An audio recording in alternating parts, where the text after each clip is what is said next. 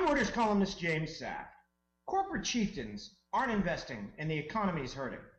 It's easy to see in today's disappointing GDP figures, which reflect both low corporate investment and high and rising corporate profitability. How you explain this puzzle, the $1.75 trillion of cash piled up by U.S. corporations, depends a lot on your prejudices. Some believe it's too much regulation, some too much uncertainty about the future, and some think the answer is more government spending in order to kickstart industry in order to meet new demand. Andrew Smithers, an economist in London, has a different view.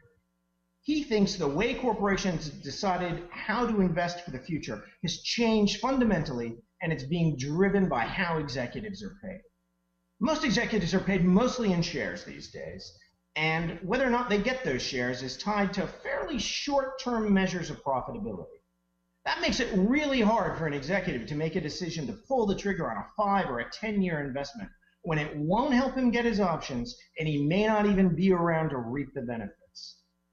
This isn't necessarily good for shareholders either, who often find themselves holding companies which have underinvested for the future and lose their franchise.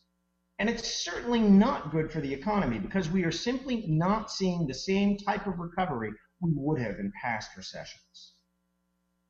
It may mean that more government spending won't receive the same kind of magnifying power from corporate spending.